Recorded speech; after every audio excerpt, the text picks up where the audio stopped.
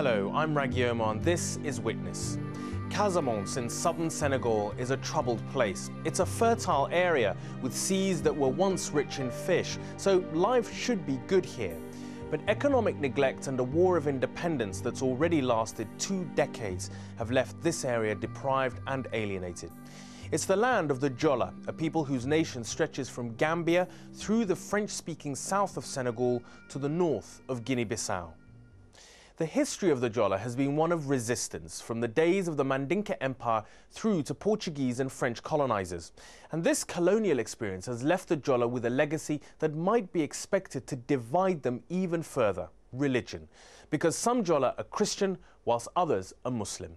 Extraordinarily, though, it is religion and the traditional culture of the Jola that is now igniting a flame of hope in this ravaged region.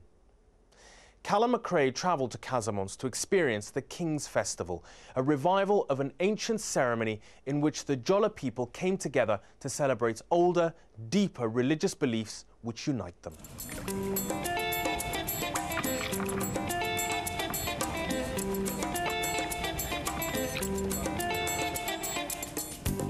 In Jola society, you have people who are Muslims, you have people who are Christians, but 100% of all of us are animists.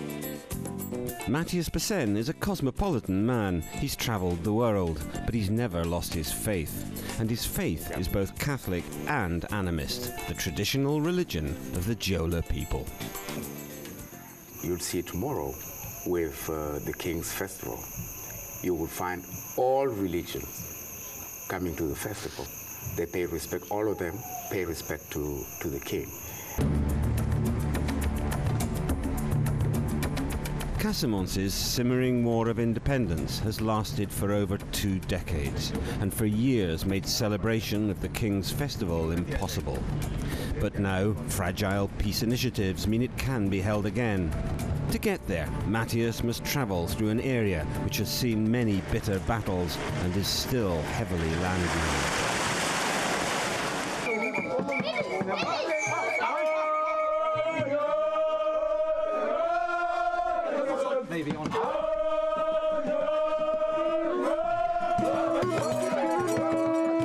In the district of Ousay, the villagers are already preparing.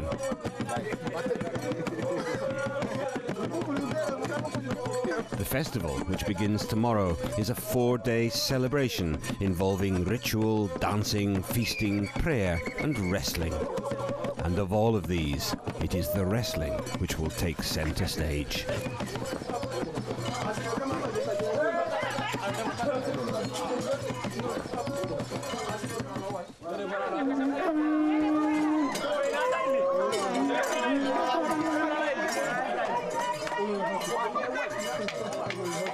This is kata, something which is used to be done by our forefathers. They used to do that. And tomorrow, all the villages surrounding this village will come here to celebrate together the feast with the king. Either you are Catholic, Muslim, or traditional believer. This feast, this celebration is organized for everybody. There's no discrimination, for everybody. The King of Ousay, whose festival this is a remote figure, seldom seen in public. But his authority over some 20 towns and villages in the heart of the Casamance is unquestioned, and he is treated with enormous respect. The king lives in a sacred grove over there. He lives alone because of the powers conferred to him by the ancestors, by the people. He lives alone. He does not eat with anyone. He eats alone, and he has children and a wife, but they don't live with him.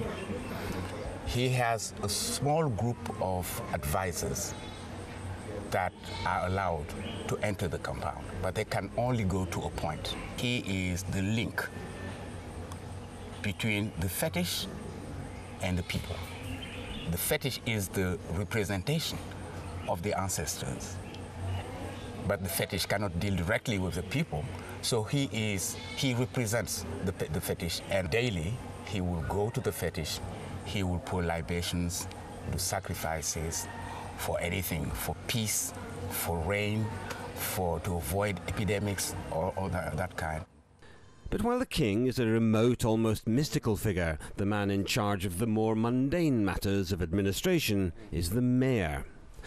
Benedict Lampal is ideally placed to explain the powerful influence still held by the tribal monarch. Que souvent, quand il y a un conflit entre deux personnes, avant que le conflit n'arrive à la gendarmerie, le plus souvent ça n'arrive pas. Parce que si vous allez à la gendarmerie, les gendarmes vous disent « Est-ce que vous avez été voir le roi ?» Donc souvent ce sont des problèmes que le roi règle et ça ne va jamais, ça ne va pas à la gendarmerie. Que les gens font très attention pour que quand ils leur demandent d'arrêter des choses, ils arrêtent. Et souvent l'autorité administrative fait très attention à ça et le roi est souvent consulté en cas de conflit.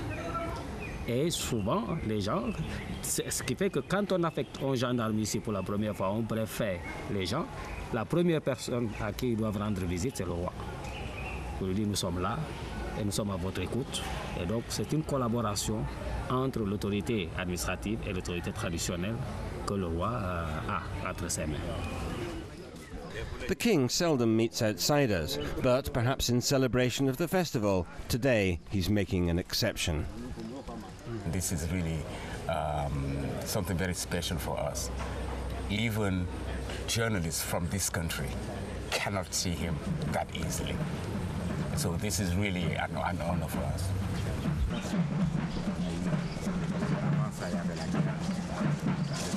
From deep inside the sacred grove, the king emerges with a guest, another king from across the border in Guinea-Bissau. The king of Ousay explains why the festival is so important.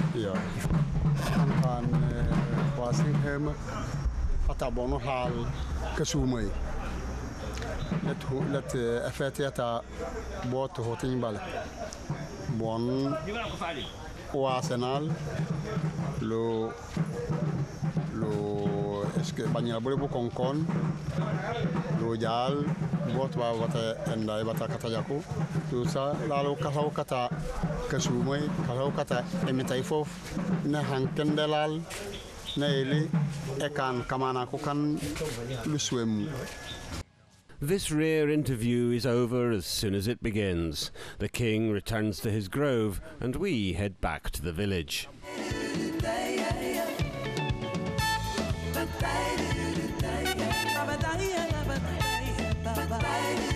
It's the night before the festival in the home of Guhu Giata, who runs the local auberge. His daughters are preparing clothes for tomorrow's festivities, but Guhu himself has already started celebrating.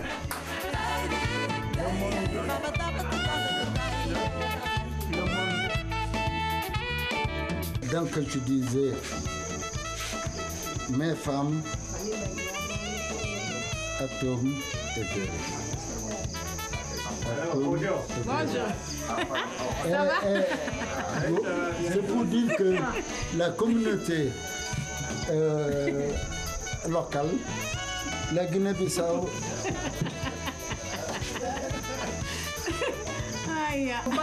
Pourquoi êtes-vous ici ce soir? On est dans la fête, on commence la fête. C'est la veille de la fête. La fête du roi.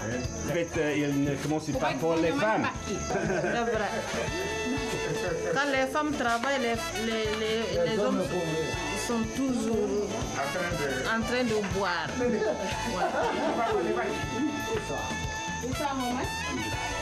Why did you do that?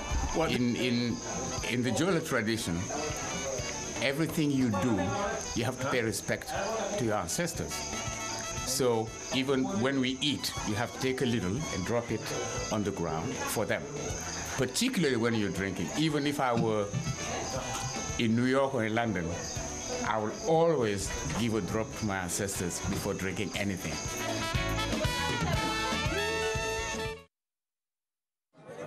The next morning, the festival begins in earnest.